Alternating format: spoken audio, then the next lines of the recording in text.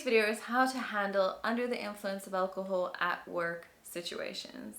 This is the first video on this topic, so in today's video I'm going to provide a broad overview of how to deal with under the influence at work situations. But then I'm going to follow up this video with either another one or another two videos to make sure that I cover all the practical elements when you're dealing with this specific situation that I'm not able to cover in this video. If you do want to see those, remember to subscribe to my channel and also keep in mind any questions that you have around this topic, that if it is not covered in this video, comment that down below so that I can cover that in the next one or two videos that follow this one. Please don't click out just yet. There's going to be a lot of practical information in this video that I'm not going to repeat in the next videos that I make on this topic. And in my opinion, today's video is setting the foundation for how to deal with any under the influence of alcohol at work situations. Before I get into all of those details, I'm going to provide a quick introduction of who I am. If you know who I am, feel free to skip the introduction. So welcome, I am Carmen. I'm an employment relations practitioner and I'm also the director of Free Employment Relations. I've included a list of my credentials in the description box below to give you some peace of mind around the content that I share. My disclaimer for today's video is the same as my disclaimer for most of the videos, my usual disclaimer. I cover a lot of information in these videos, but I'm not able to cover every single exception to the rule. So therefore these videos are for educational purposes only. And if you have a situation where you need a professional to assist you, please contact a professional to assist you. That all being covered, let's get into today's video. In today's video, I am going to speak like I am speaking to an employer who is dealing with or going to potentially deal with under the influence of alcohol at work situations. So I'm going to be referring to it as employers, or when I say employer, I do also mean any person representing an employer. So any managers, supervisors, team leaders, anybody implementing corrective measures or labor relations or leading people in the workplace. That being said, if you are an employee or an employee representative watching this video, there can still be a lot of valuable information, but just bear in mind when I'm speaking about you, I am speaking about employers and managers implementing these things in the workplace. The primary value, employers and managers, that you can derive from this video today is, firstly, I'm going to discuss how to ensure that you comply with the legislative requirements. So how to implement practices, policies, and how to deal with a situation in a way that ensures legal compliance. But secondly, I'm also going to give a lot of tips and recommendations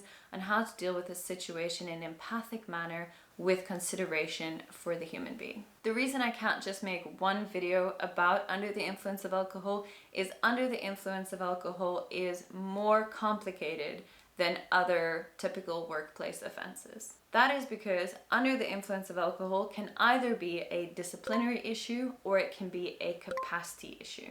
And this is very important because disciplinary issues are dealt with differently from capacity issues. Whichever one of these it is will help you to determine what procedure you need to follow. And if you follow a disciplinary procedure where it should have been dealt with as a capacity issue, it is likely to render the procedure that you followed unfair. And a reminder that when disciplinary action is taken in the form of warnings or other sanctions or the outcome of a dismissal, it needs to both be for a fair reason and a fair procedure.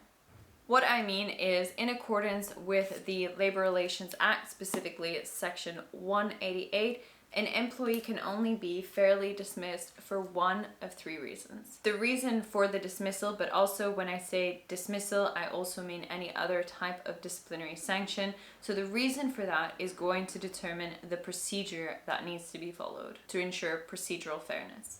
Now, the three reasons that you can dismiss somebody in South Africa, the first one is referred to as conduct. This is commonly spoken about in the workplace as a disciplinary matter, or when someone breaches a rule, it is referred to as misconduct. The second one is a capacity issue, a person's ability to perform the job for which you have employed them. This includes things like poor work performance or medical incapacity or other types of incapacity, like, for example, not having the correct work permit to work in South Africa.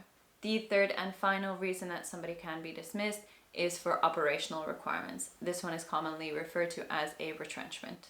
Under the influence of alcohol can either be a conduct issue or a capacity issue. And whether or not the outcome of the situation that you are dealing with is going to be a dismissal or not, the procedure still needs to be fair and it still needs to be appropriately dealt with, even if the outcome is not one where you are terminating the services. This means when there is a situation in the workplace that arises, a manager or the employer dealing with it needs to know how to determine whether it is a capacity issue or whether it is a conduct issue. Based on whichever one it is going to inform how you deal with that situation. Now, before I explain how you determine whether something is a conduct issue or a capacity issue, I'm going to discuss certain things that I believe all businesses should have in place or should give consideration to before you have an incident, or if you've had an incident, obviously just implementing it as soon as possible. I am not one to advocate for a lot of paperwork. I am not one to advocate for having a whole lot of policies or rules or written information where it isn't necessary to have that, or if, in my opinion, it is not genuinely contributing to the employment relationship. I believe in only having policies or paperwork when it mitigates a risk, when it helps to avoid unnecessary disputes, when it contributes to how the situation is dealt with, or if it somehow enriches the employment relationship. That all being said, under the influence of alcohol is one of those situations where I do recommend that pretty much all employers should have something in writing around that. That is not to say I'm advocating that all employers should have an under the influence of alcohol policy. What I'm talking about here is that when I draft contracts of employment, in every single contract of employment that I draft, I do include an under the influence of alcohol or under the influence of intoxicating substances clause in that contract. There are specific scenarios where I would recommend having that in a contractual clause, but then also in addition to that, having a policy. I do not recommend having a policy that takes the place of the contract clause. I will discuss when I recommend having a policy dedicated to under the influence of alcohol, but first I want to discuss what I put in the contract of employment. So why do I put under the influence of alcohol in a contract? The main reason for this is I believe that when it comes to under the influence of alcohol or alcohol,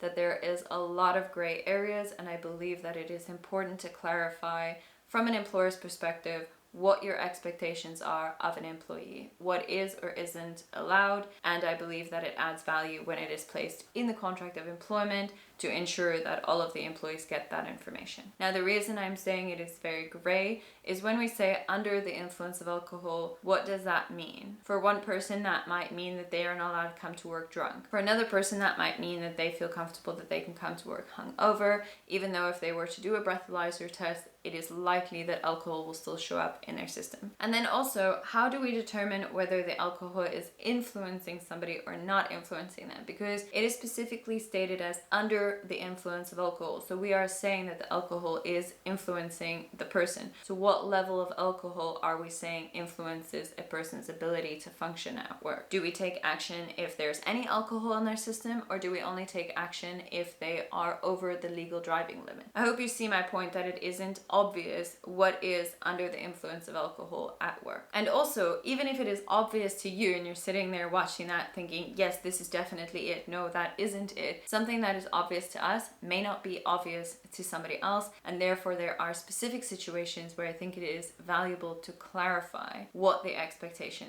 is. Without that, in my experience, there is a high likelihood that there might be some unnecessary disputes when it comes to under the influence of alcohol at work. So what do I recommend as a minimum to have in the contract of employment? I'm going to talk through it, but if you would like to use my actual clause that I put into contract of employment, I have linked that down below, and for a small fee, you can purchase that. It is priced in dollars, but it is drafted in accordance with the South African labor relations environment. And the fee that you pay towards those documents goes to the cost that I incur to ensure that I can continue to make these videos. So what do I think you should include in the contract of employment around under the influence of alcohol? Firstly, my clause, if you do purchase that, is around all intoxicating substances, but for this video, I'm only going to speak about under the influence of alcohol specifically. The first thing that I recommend saying is that being under the influence of alcohol or an intoxicating substance is not permitted when an employee is on the premises, and that this is a rule in terms of the company, but it is also a requirement from the Occupational Health and Safety Act.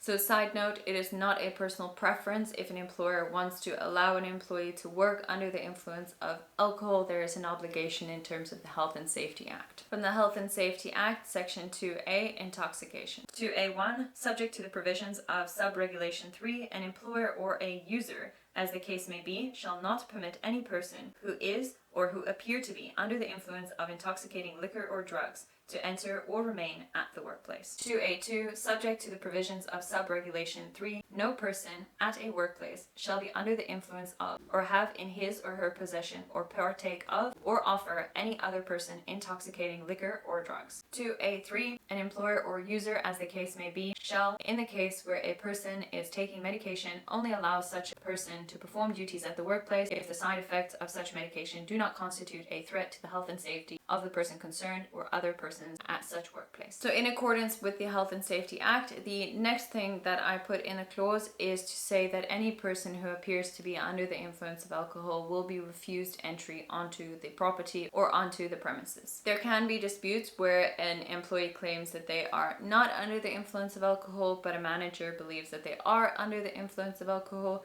And then we need to know, how do we deal with such a situation? To mitigate such a situation, I do make it a contractual obligation that an employee agrees that they will verify their state if required by the employer. What that means is they are agreeing to undergo some kind of test to verify whether they are or aren't under the influence of alcohol. This is usually done by a breathalyzer, and I will speak a little bit more about breathalyzers in this video, but most of that information will be contained in the next video. But importantly, an employee is agreeing that part of their terms and conditions of employment is that if required, they will verify their state. Now remember, we are saying that an employee is under the influence of alcohol. A breathalyzer or some other kind of test to verify the state isn't necessarily going to verify whether they are under the influence of that alcohol. It's going to tell us whether or not they have alcohol in their system. To avoid any disputes around what under the influence of alcohol might mean, in the contract, I specifically state that under the influence of alcohol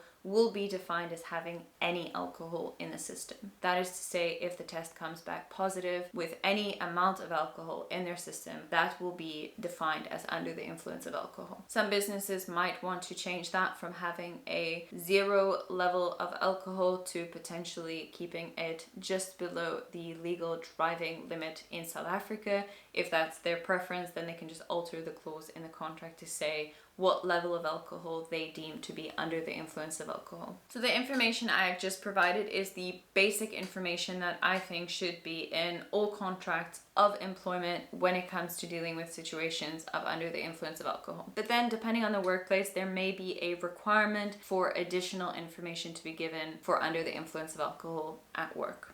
This may include, for example, exactly what disciplinary outcome a person can potentially expect to receive if they come to work under the influence of alcohol. For example, although alcohol is a very serious offense, it is not necessarily one where an employee is dismissed for a first offense. But in your business, if the person's job or the nature of the workplace is such that it is an extremely high safety risk for someone to be under the influence of alcohol, and you believe it is appropriate for it to be a dismissible offense for a first offense, then in my opinion, it is very important to clarify so that employees know what they can likely expect the outcome to be if they come to work under the influence of alcohol. You also may want to include some information around alcohol testing. If, for example, you're going to regularly test people for alcohol, you might want to include this. You might want to say whether it's going to be random testing, or will you be testing everybody every single day, multiple times a day when they arrive for work and when they leave work, or will you only be testing people if and when a situation arises where you suspect that they are under the influence of alcohol. This, in my opinion, will be workplace dependent. There are certain work environments that are high risk, and therefore they breathalyze every single person that comes onto the premises. I know this because I've gone to do work at such a premises where I am breathalyzed at the entrance and won't be allowed onto the premises if I do not pass the breathalyzer. You may want to, but this might be workplace dependent and situation dependent, but you might want to include what type of test you will be doing to verify somebody's state. Are you going to use a disposable breathalyzer? Are you going to use an electronic breathalyzer that has sort of specific requirements around when it is calibrated? Or are you going to request that an employee do a more extensive, potentially more accurate test in the form of a blood test? Then if you have any very specific procedures in your company that you implement if somebody comes to work under the influence of alcohol, you might want to include that on a policy. For example, are you going to immediately send the person home if they test positive on a breathalyzer, or are you going to give them the opportunity to sit down, have some water, and retest them after 20 minutes or 30 minutes to determine whether or not the breathalyzer is still showing positive or not? Are you going to only breathalyze them once? Are you going to breathalyze them multiple times? And or what is the timing that you are going to allow for between these tests that they do?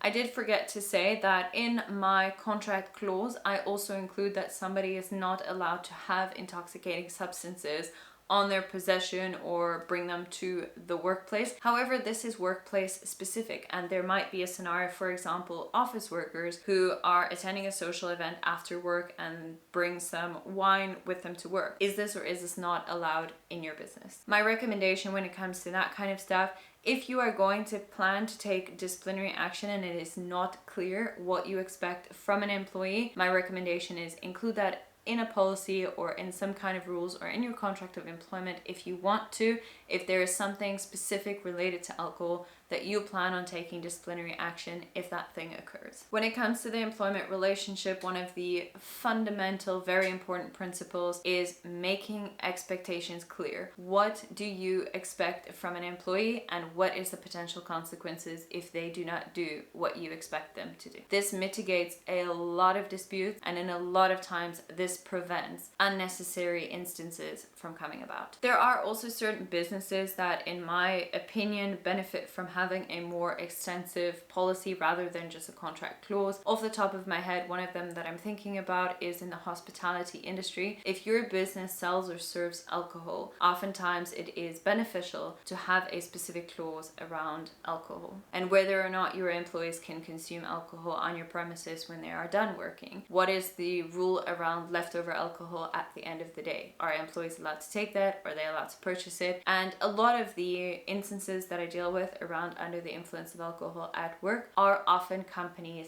that serve or sell alcohol. The other businesses that may benefit from having an under the influence of alcohol policies are ones that are extremely high risk. So this is often people who drive on the public roads or who operate large, quite dangerous machinery, or a high risk environment like a factory setting that has a lot of machinery that is operating in the workplace. And then of course the other time when you might want to consider having a policy is if you have a repetitive problem around under the influence of alcohol at work. Now, I have not linked an under the influence of alcohol policy down below, and I don't intend to sell a template dedicated to under the influence of alcohol in terms of a policy. The reason for that is I strongly believe that a policy around under the influence of alcohol should be company specific and should include only information that is relevant to your business and how you implement anything around under the influence of alcohol. If you would like assistance with drafting such a policy, you're welcome to send me an email, and that is down below. Now that we've covered the paperwork, moving on to other things that I think a business should have in place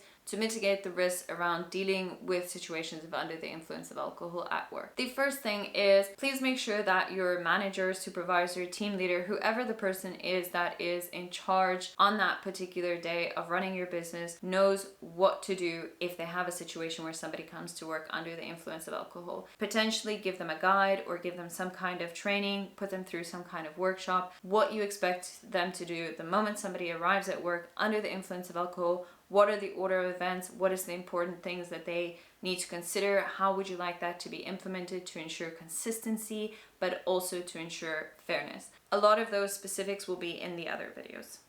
The next thing I recommend is having the right equipment. I do not recommend having a scenario where somebody comes to work under the influence of alcohol and you have no way to verify whether they are or aren't under the influence of alcohol, and then you need them to wait there while you quickly go to the shop and purchase some device to verify their state. I recommend that employers keep on hand some thing to verify the state of employees. I can talk about this more in the other video, specifically what my recommendations are around this, but very importantly, whatever piece of equipment you do purchase to use, please make sure that your managers know how to use this piece of equipment. And I know that might seem incredibly obvious, but the reason I'm mentioning that is because I have had instances where that has not been the case. Specifically, I did a hearing for under the influence of alcohol where an employee said to me they want the manager to show me how they administered the breathalyzer. And at the time I thought this is so odd because it's quite obvious, you know, how to administer it. Nonetheless, I asked the manager to show me how they administered the breathalyzer, and to my surprise, they had administered it incorrectly. And therefore the results that they received from that were incorrect, and we could not use invalid results in the disciplinary inquiry. So to avoid that situation, please make sure that whoever is on duty at the time who needs to be able to deal with this type of situation knows how to use the specific equipment that you purchase for your business. In addition to having the right equipment, I do strongly recommend that any manager, employer, or team leader who is dealing with a situation should call a witness to be present throughout the whole incident, to have somebody else who can testify around the order of events. And this includes how the breathalyzer was done, any documentation that is filled in, and how the discussion goes with the employee and how the situation is dealt with. In addition to having a breathalyzer, I also recommend that there be a specific form that is filled out every time there is an incident. This form will include the employee's name, who was a witness to the event, anything that occurred, why you suspected the employee was under the influence of alcohol, as well as any observations that you can make in terms of what you can visually see and or smell or experience from the employee that is contributing to you assuming that they are under the influence of alcohol. If you would like to use my form for that, I have linked that down below. This form is a very valuable document to have in any investigation that follows the incident happening. It also often helps managers a lot so that they don't have to remember off the top of their head everything that they need to do because it is on the form. My final tip for dealing with situations of under the influence of alcohol: there is a tendency to treat a sober person differently from somebody who appears to be under the influence of alcohol. I would like to strongly caution against doing that. My recommendation is to speak to the person as calmly as possible, to stay clear of any accusatory language or accusing the person, and to treat them with respect. The reason I am saying that is because the situation can very quickly get out of hand or manifest into conflict that is quite destructive to the workplace. Using a calm tone and respectful ways of speaking to a person often mitigates a situation blowing up larger than it needs to be. The second thing, of course, is just generally that I would always advocate that you treat somebody with respect and empathy. And the third reason is that how we treat people in the workplace matters from a leadership perspective. Your other employees, potentially even customers, may witness how you deal with this scenario, and that can influence how they feel about the employment relationship. So my recommendation to leaders is to always show up and treat somebody with respect and with empathy. Now, the final part of this video, I would like to give some information around how to deal with a situation after it has happened. A lot of what I have spoken about is what you should have in place before this comes about, how to deal with it at this specific incident when it occurs. But now I would like to discuss after the incident, how to deal with it then. Like I said at the beginning of this video, there are two avenues that you can take. You can take the conduct avenue or the capacity avenue. If a person potentially has an alcohol addiction, then you need to deal with it as a capacity issue and not as a disciplinary issue. This is not a personal preference. It is not up to any employer, manager, employment relations practitioner, or any other person to personally decide whether they're going to deal with it as a disciplinary issue or as a capacity issue. The legislation specifically refers to dealing with alcohol as a capacity issue when a person potentially has an alcohol addiction. If a person potentially has an alcohol addiction, we view the incident that occurred as a manifestation of an illness and not simply a person who broke a rule in the company. And I get this comment a lot where people say to me, oh, but then somebody's just going to get away with it. I can assure you, if you deal with it appropriately, that having an alcohol addiction is not a loophole to avoid disciplinary action. Meaning somebody who simply broke the rule is not going to get off because they claim they have an alcohol addiction. There is an investigation that is done to determine whether this is a disciplinary matter or whether it is a capacity issue,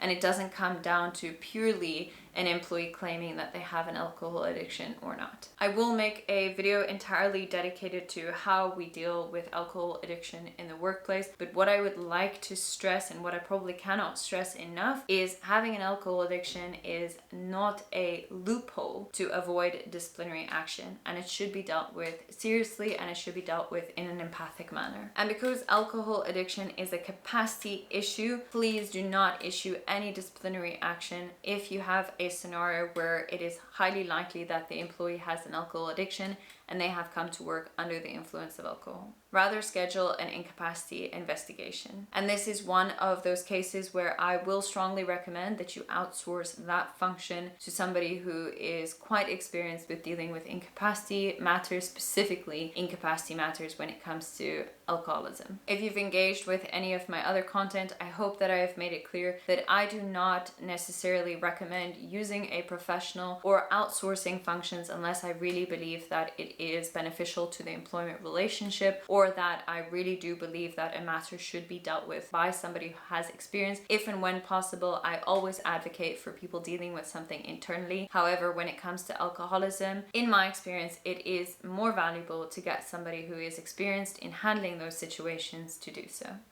And in this case, I'm not necessarily just simply recommending that you outsource it to a labor relations practitioner. I'm specifically saying outsource it to an employment relations practitioner who has experience dealing with these cases and who is not going to just apply the legal tick box exercise, but is going to consider the entire employment relationship when dealing with this matter. Because in my experience, it makes a massive difference to how this impacts on your business going forward. More on that in the next video, where I will give actual examples of times where I've been involved with where the case was handled as a kind of legal tick box exercise to ensure compliance versus when the case is handled where you consider the entire employment relationship. To conclude today's video, if you aren't sure whether or not the person has an alcohol addiction or how to deal with it, schedule a disciplinary inquiry, get a chairperson who is an employment relations practitioner who knows that inherent in a disciplinary inquiry for under the influence of alcohol, they do need to determine whether it is a conduct issue or whether it is a capacity issue. So this is one of those cases where I do recommend a chairperson who has a bit more experience than your average chairperson, where a lot of cases can be dealt with internally. This is one where I think it might be valuable to consider incurring a greater expense to ensure that it is dealt with correctly.